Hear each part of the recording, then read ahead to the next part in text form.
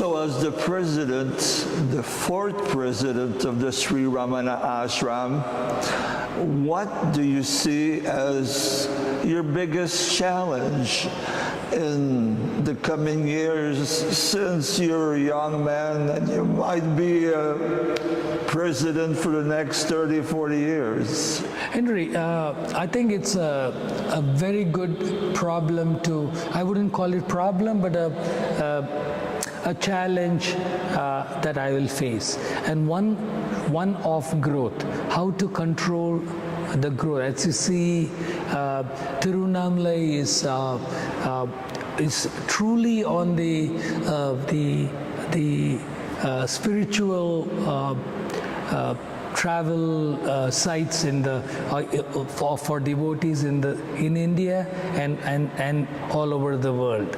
So how to maintain the ancient purity of the ashram, while at the same time slowly scaling up some modern amenities, provide a little more rooms, little more food, is one challenge that I see. How to maintain the silence. As you know already, we see that the old hall is full by 5:30 in the morning. It's already full, and people are meditating all over the ashram. So what do we do, if people want and require more places to meditate? We'll have to, I am of the opinion every square inch of the ashram is a meditation hall wherever Bhagavan has graced his presence. So that's my humble opinion. So how to scale up and maintain the purity is definitely one thing. The bigger challenge and again bigger responsibility is as you know, I'm sure we're reading everywhere that loneliness and lack of happiness amidst material prosperity is the biggest problem, is the biggest health problem, is the biggest mental problem all over the world. And I am convinced that Bhagavan is the only way that for people to be happy. Because at the moment what everyone is doing is chasing pleasure, while the happiness is a still mind and us staying calm within our Atman. And only by discovering and practicing Bhagavan's teachings, while performing their activities, it can be any city in the world, these young people and citizens of the world can achieve true happiness. Otherwise, the world, is going to be one sad, angry place. And I have no doubt that Bhagavan is the way. And part of that, in India, we are trying to get his teachings into some prestigious institutions, engineering schools, where the students are being taught as a part of their value education to question their role and the permanence of the physical world by pursue an inward journey so that they can be happy irrespective of the happenings to them in their life. So I'm sure one day every university, every college will have Who Am I classes. I have no doubt about that. And I look forward to going personally to encourage these schools to show this important aspect. The most important lesson these students need to know is the self-inquiry. And we'll definitely work with any academic person who wants to do that. The other way is also not everybody can be in Arunachala in the ashram. But I have seen personally the power of the satsang centers where, 5, 10, 15, 20, 30 people can meet once a week, once in 2 weeks, and experience the miracle of Bhagavan's teaching. In fact, Bhagavan comes there wherever you are during that satsang, and you can experience the spiritual peace and almost have the old hall like peaceful meditation in their prayer halls. So that is another thing that we can I would say, and that is a direct way of Bhagavan reaching them. There's no middleman, nobody interpreting. The devotees watch out for each other, true friends watch out for each other for their spiritual journey. So that's another beauty of Bhagavan's thing, that we can, all you need is a few pages and his beautiful picture, and you can start a center.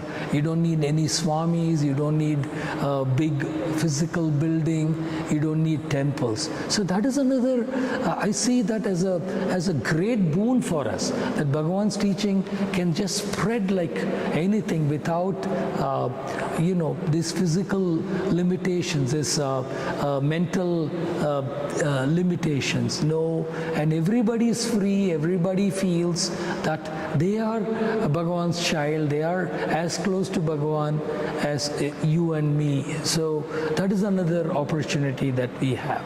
And but overall, to answer your question, I just see happy challenges, not anything thing. But again, of course, we all pray that the whole world follows Bhagavan's so-called ESG, how environmentally sustainable he was, to live, just have 2 sets of clothes, live the most simple life, to be kind to nature. And the world has no choice. We just cannot go on, scourging the earth for minerals and resources. So a time will come that even Bhagavan's physical life, his life will also be equally important for the world to follow, so that the world can be kept in a good way for future generations. So I think Bhagavan is the way. He is the way. Now I would like to talk philosophy, because I think it's very important to mention that now on the internet there's many cults that claim that they have a lineage going back to Ramana Maharshi, like stating that because my guru had visited Bhagavan, I am now a disciple of a direct disciple of Bhagavan Sri Ramana Maharshi. And I would like you to address this, stating that Bhagavan is all that he is by himself. As far as I'm concerned, there is no lineage. Bhagavan is complete by himself. Could you talk about that? Henry, this is a very important question, and this brings into perspective the biggest challenge that I would face. As we were talking off the air, I told you in the 2 major religions of the world, it's around the time when the last followers of the original saint start leaving the world, is when the mischief happens. The Bibles the New Testament got written, and then similarly in Buddhism, all kinds of things happen. So I am fully aware of that historical role that I'm going to play during my tenure in the ashram, which is to make sure make sure that no false prophets or these so-called people who claim to be Bhagavan's direct lineage or who interpret his teachings will show up, and as they keep showing up, as you know. Henri Bhagavan's kept telling his devotees when they lamented that he was going to leave his body, he said, "Where can I go and how can I go?" And he said, he has categorically assured us that he is here.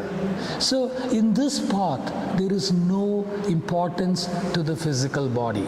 So, and that is what Bhagavan taught us all along. And in fact, a lot of devotees have told me that since he left the body, he has become more globally known, more powerfully known even in remote corners of the world where there is no way of the Eastern teaching ever going. We are getting teachings, we are getting disciples from remote Middle Eastern countries or the former Russian nations who just look at his picture and read his teachings, and next thing they know they come here. So that is his living presence. And when we have the direct teaching of Bhagavan available and transmitted directly through the portal of his grace, through the silence, directly into us, why do we need these words? In fact, in talks, Bhagavan says that's the original source, the silence, is where it all starts. And the spoken word is the great grandson of the original source or silence. So he says, if words are powerful, how powerful would the silence, the original source, be? So here, the original source, the silence, is what is thunderously teaching all of us and guiding us. So why do we need words? Why do we need mind-riddled interpretation of some, or the play of the ego? They forces them to become bigger than what they are. And as you know, Arthur Osborne has warned us against that performing the siddhis and thing. The highest siddhi, he says, Bhagavan says, is to be a nobody and sit in silence and go into our spiritual self. So how hard that is. As somebody said, Bhagavan's teachings are simple but not easy. One has to be the most persistent, and Bhagavan used the word, the quality needed most was dhiran, in Tamil dhiran, fearless, persistent person. You can never underestimate the simplicity. Simple doesn't mean easy. But the persistence and sticking with the truth and not let the ego try to trick us, the maya of the world, trick us to try to be something that we are not, is the biggest thing that we can do. That's the biggest sadhana that we can do for ourselves. And I would say these teachers serve as examples for us to what not to be. What we ought to be is just say, Bhagavan, thy will be done, surrender, and we will be saved. But we don't need any external teachers claiming to be the lineage of Bhagavan. Ishvaro Guru Meti. So in Sanskrit, what that in English it means God, Guru, and Self. God, Guru, and Self are one.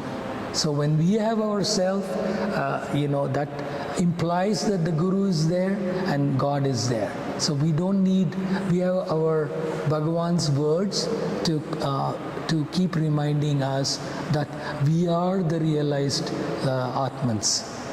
He is the spiritual son, he is the ultimate, and his teachings are the clearest, direct teachings that can take one in this modern day, this era of loneliness, the era of artificial intelligence, and it's just such a jumbled word, but we don't have to look far, because for He's in all our spiritual hearts. And as a good devotee said, is the journey we have to take is from the brain and put it into that spiritual heart. This is the distance that we have to travel. Everybody else will take you all. There'll be a nice. Maybe some people need it, but in the end they have to come to Bhagavan. As Bhagavan said, in the end everything has to come to Arunachala, and by Arunachala to Him. So it all will culminate in the highest spiritual experience, in the deathless state, at the foothills of Arunachala, in the shrine of Bhagavan. I have no doubt about that. I would like to talk about the donation policy of the Sri Ramana Ashram.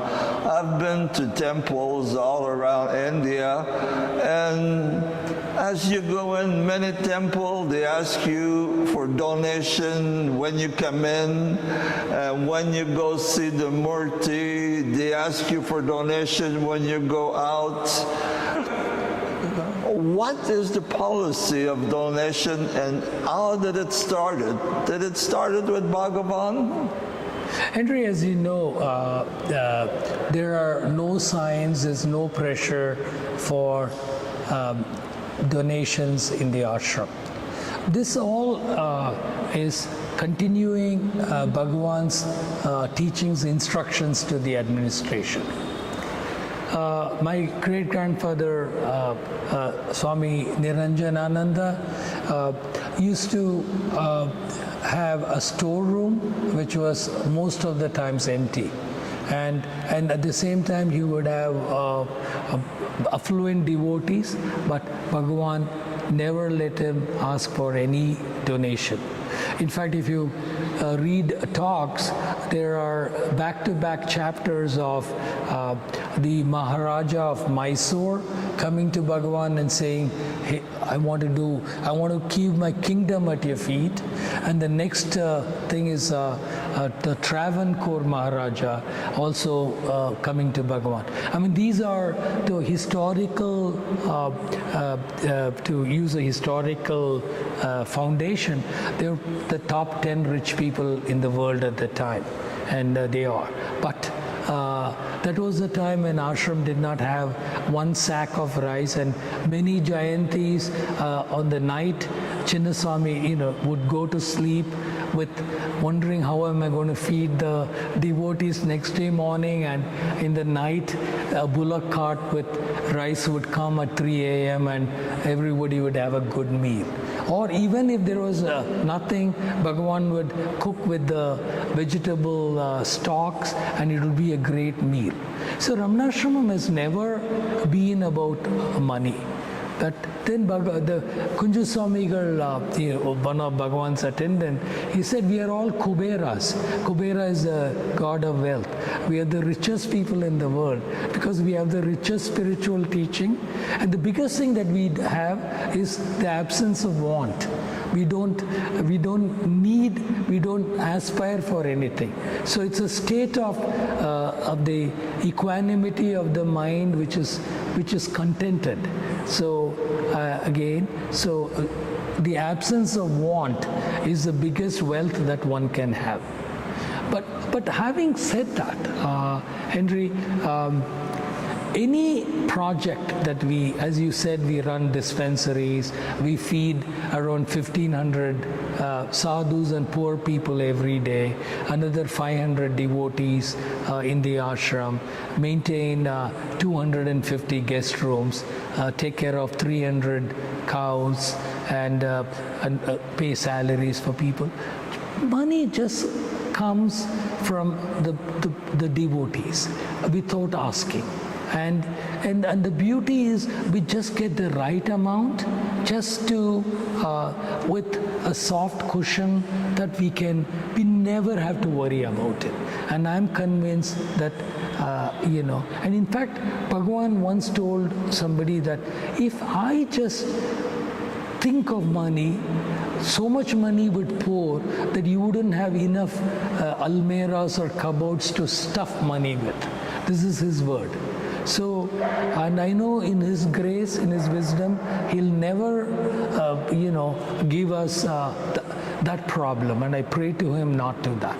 But at the same time, we have every year has been better than the previous year, and the ashram can do a lot of good to its devotees and also to the society in Arunachala, Tiruvannamalai. We can help a lot of poor people, help the environment, and we can do, there is a cushion for us to take care of the surroundings too. So I'm really lucky in that way. I don't have and it started with Appa's time, that he started the little bit of financial cushion that he had. We'll never be stinking rich, and I think there's a reason why you use that word stinking, because I think too much wealth, it does stink. So I think we'll ever have that problem. Here it's only the spiritual wealth, and people are most happy, and it's a good thing that they don't have to worry about being pestered for money or for help. They can just come here, just do the job that they have come to do, be with Bhagavan and pursue their spiritual practices. So we are very clear. We'll never ask a devotee for 1 cent, 1 rupee, because we don't. And this is from Bhagavan's instructions, and that's Bhagavan's way. And thank you for asking me that question.